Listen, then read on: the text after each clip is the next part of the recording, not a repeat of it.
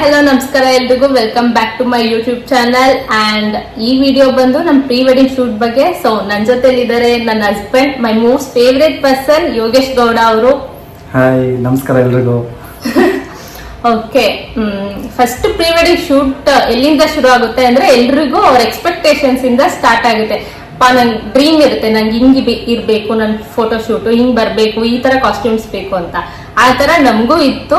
So first ಇವ್ರು ಕೇಳೋಣ ಏನೇನ್ ಎಕ್ಸ್ಪೆಕ್ಟೇಷನ್ಸ್ ಇತ್ತು ಅಂತ ಹೇಳಿ. ಸೊ ನನ್ನ ಎಕ್ಸ್ಪೆಕ್ಟೇಷನ್ ಇದ್ದಿದ್ದೇನು ಅಂದ್ರೆ it has to be a combination of both modern and traditional wears and style ಆ ಥರದ್ದು ಇರಬೇಕಿತ್ತು.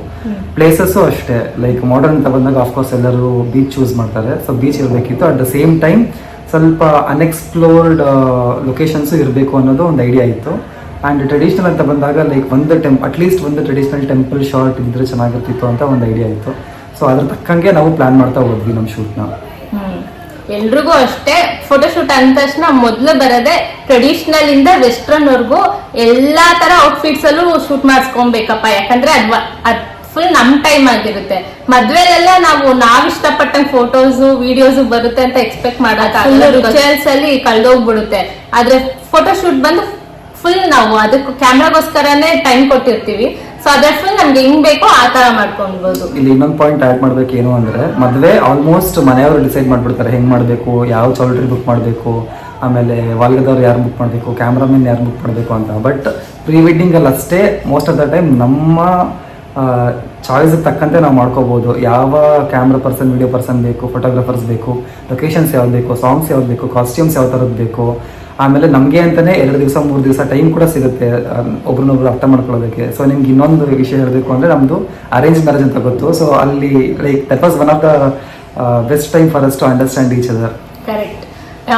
ಒಬ್ರಿಗೊಬ್ರು ಕ್ಲೋಸ್ ಆಗೋದಕ್ಕೆ ಅಂಡ್ ಒಂದು ಅಂಡರ್ಸ್ಟ್ಯಾಂಡಿಂಗ್ ಬರೋಕ್ಕೆ, ನಾವು ಒಂದು ಸಿಚುವೇಶನ್ಗೆ ಹೆಂಗ್ ರಿಯಾಕ್ಟ್ ಮಾಡ್ತೀವಿ, ಅವ್ರು ಹೆಂಗ್ ಮಾಡ್ತಾರೆ ಅನ್ನೋದಕ್ಕೆ ಅಂತ ತಿಳ್ಕೊಳ್ಳೋದಕ್ಕೆ ಪ್ರೀ ವೆಡ್ಡಿಂಗ್ ಶೂಟ್ ಟೈಮ್ ಇರುತ್ತಲ್ಲ, ಅದೇನೆ ಫುಲ್ ಕಂಫರ್ಟೇಬಲ್ ಬೆಸ್ಟ್ ಟೈಮ್ ಅಂತ ಹೇಳ್ಬೋದು. ಸೊ ಪ್ರೀ ವೆಡ್ಡಿಂಗ್ ಶೂಟ್ ಎಷ್ಟು ಮಾಡಿಸ್ತೀರೋ ಅಷ್ಟು ನೀವು ಮದ್ವೆ ಟೈಮ್ ಅಷ್ಟರಲ್ಲಿ ನೀವು ಅಷ್ಟು ಕ್ಲೋಸ್ ಆಗಿರ್ತೀರಾ. ಯಾಕೆಂದ್ರೆ ಬೇರೆ ಜೋಡಿಗಳಲ್ಲಿ ಅಟ್ಲೀಸ್ಟ್ ಅವರು ಒಂದೇ ಊರಲ್ಲಿ ಅಥವಾ ಒಂದೇ ಜಾಗದಲ್ಲಿ ಇರ್ತಾರೆ.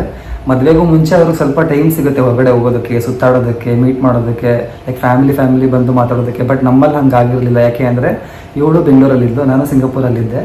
ಎಂಗೇಜ್ಮೆಂಟ್ ಆಗಿ ನಾನು ಸಿಂಗಾಪುರ್ಗೆ ಬಂದ್ಬಿಟ್ಟೆ. ಆಮೇಲೆ ನಾನು ಹೋಗಿದ್ದೆ ಮದುವೆಗೆ. ಆಲ್ಮೋಸ್ಟ್ 6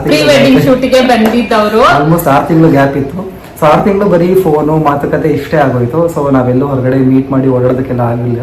ಸೊ ಫುಲ್ ಫ್ಲೆಜ್ಡ್ ಅಲ್ಲಿ ಹೊರಗಡೆ ಹೋಗಿದ್ದು ಅಂದ್ರೆ ಪ್ರೀ ವೆಡ್ಡಿಂಗ್ ಫೋಟೋಶೂಟ್ಗೆನೆ ಅಂತ ಹೇಳ್ಬೋದು.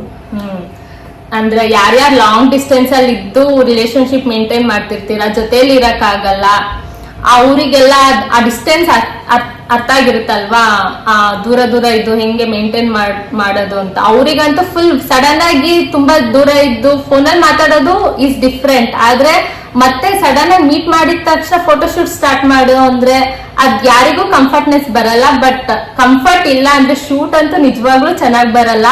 ನೀವು ಆ ಶೈನೆಸ್ ಅದೆಲ್ಲ ಬಿಟ್ಟು ಫುಲ್ ಇಲ್ಲಪ್ಪ ನಂಗೆ ಶೂಟ್ ಚೆನ್ನಾಗಿ ಬರ್ಬೇಕು ಅನ್ನೋದ್ ಒಂದ್ ಮೈಂಡ್ ಅಲ್ಲಿ ಇಟ್ಕೊಂಡು ಓಪನ್ ಅಪ್ ಆಗ್ಬೇಕು. ಸೊ ಅವಾಗ್ಲೇನೆ ಶೂಟ್ ಚೆನ್ನಾಗಿ ಬರೋದು. ಇಲ್ಲಾಂದ್ರೆ ನಿಜವಾಗ್ಲೂ ನಮ್ ಎಕ್ಸ್ಪ್ರೆಷನ್ ಇಲ್ಲ ಅಂದ್ರೆ ನಾವ್ ಏನ್ ಇನ್ವೆಸ್ಟ್ ಮಾಡಿರ್ತೀವೋ, ಎಷ್ಟೊಳ್ಳೆ ಕಾಸ್ಟ್ಯೂಮ್ ಇದ್ರು, ಎಷ್ಟೊಳ್ಳೆ ಲೊಕೇಶನ್ ಇದ್ರು, ಎಕ್ಸ್ಪ್ರೆಷನ್ ಇಲ್ಲ ಅಂದ್ರೆ ಶೂಟ್ ಅಂತೂ ಚೆನ್ನಾಗಿ ಬರಲ್ಲ. ಸೊ ಅಷ್ಟೇ ಇಷ್ಟ ಹೇಳ್ತಾ ಫಸ್ಟ್ ಕ್ಲಿಪ್ಪಿಂಗ್ಸ್ ನೋಡ್ಕೊಂಡ್ ಬನ್ನಿ, ನೆಕ್ಸ್ಟ್ ಮುಂದಿಂದು ಆಮೇಲೆ ಮಾತಾಡೋಣ.